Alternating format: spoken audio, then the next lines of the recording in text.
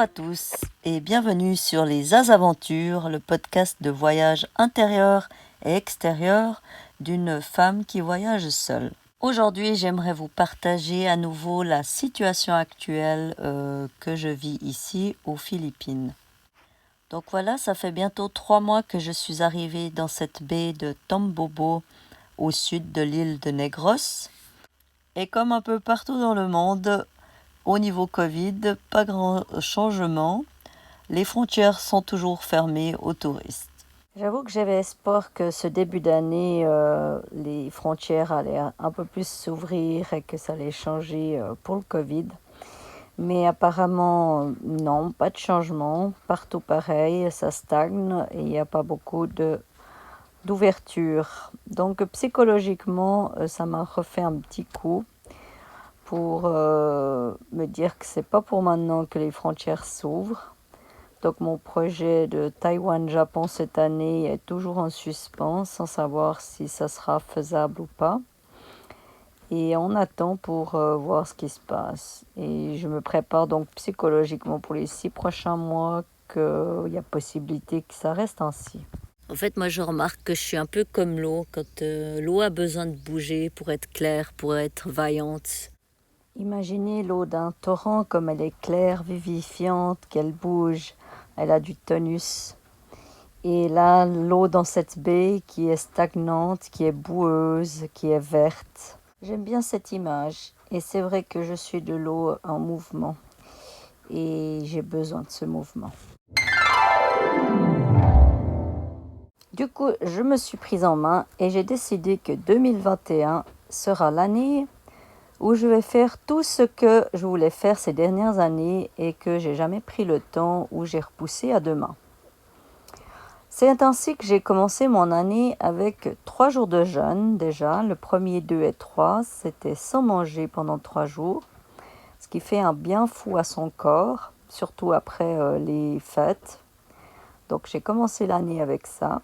Et je me suis lancé un premier défi pour mi-janvier, c'était de courir 20 km que j'ai fait le 15 janvier, après 1 mois et demi d'entraînement.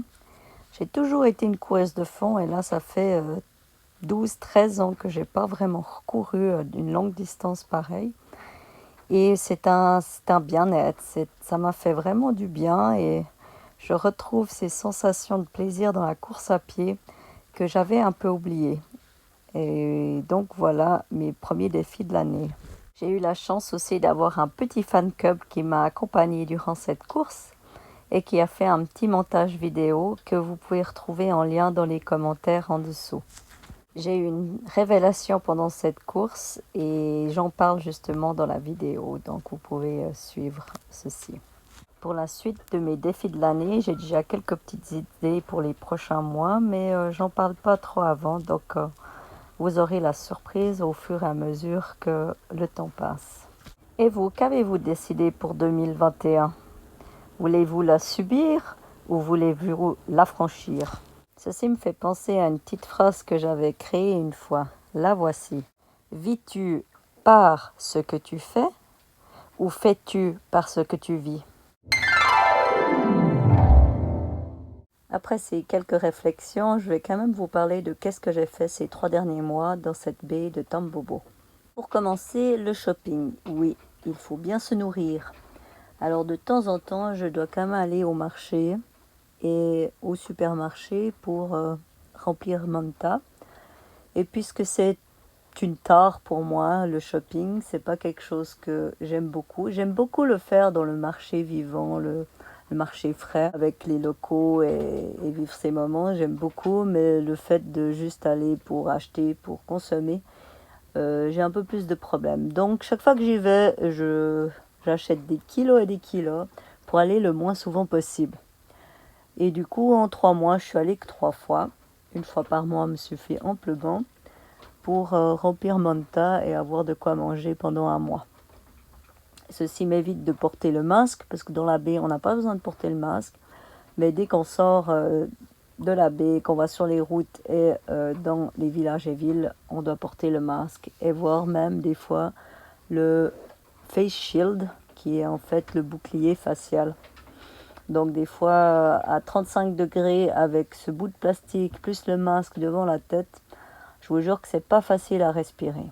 J'avoue que je profite bien de Manta pour une fois où je profite vraiment d'y vivre dedans, pas seulement faire des travaux ou prendre des personnes à bord. Donc je profite vraiment un maximum de vivre chez moi. Ça n'a pas été très souvent durant ces 5 dernières années. Et je la bichonne toujours un petit peu. Là, j'ai fini la cabine arrière que j'ai repeint et rafraîchi. Et je fais des petites réparations à droite à gauche parce qu'il y a toujours de la maintenance à faire de toute façon. Et toujours du nettoyage. Par exemple, là, je suis juste à l'extérieur de la baie pour nettoyer la coque où il y a déjà les coquillages après 2 mois qui se crochent et qui sont déjà pas mal gros. Donc ça me prend environ 4 heures d'apnée pour nettoyer toute la coque. Je profite de tout ce temps aussi pour le partager avec Pépette en faisant des tours de paddle. On va en excursion, exploration sur la rivière ou bien de nuit dans la baie sous un ciel étoilé ou encore des heures sur la plage pour que Pépette puisse courir et grimper aux arbres. J'ai fait aussi quelques plongées sur le récif à l'extérieur de la baie, mais juste quelques-unes, beaucoup moins que cet été et ce printemps. Je passe aussi beaucoup de temps dans ma cuisine à concocter des bons petits plats pour pouvoir partager avec les quelques amis que j'ai ici dans la baie, avec qui j'ai pu passer justement les fêtes de fin d'année. Et c'est un peu le seul contact humain que j'ai directement, donc le contact physique, je parle bien. Après, j'ai plein de contacts par téléphone vidéo avec des amis et la famille en Suisse. Mais le contact humain, vraiment le toucher, il n'y a pas grand-chose. Et je peux vous dire que c'est un grand manque. Heureusement qu'il y a Pépette, mais c'est pas la même chose. Et je fais toujours beaucoup de développement personnel en bredant.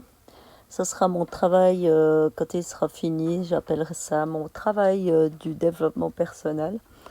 Les heures d'écoute de tous ces livres et ces podcasts. Voilà en gros mes activités de ces 3 derniers mois. Et on verra ce que le corona décide pour la suite. Donc on est un peu tous à la même que c'est un peu ce virus qui va définir notre futur. Mais vivons le jour, aujourd'hui et le présent. Et profitons de cet arrêt pour faire un travail sur soi et faire tout ce qu'on a laissé derrière soi depuis des années. Je sais qu'il y a encore plein de surprises qui m'attendent cette année, des belles et j'espère pas trop de mauvaises, mais on verra. Et voilà, restons positifs, ouverts et à l'éveil et vivons l'instant présent et je vous souhaite plein de bonheur pour la suite. À bientôt!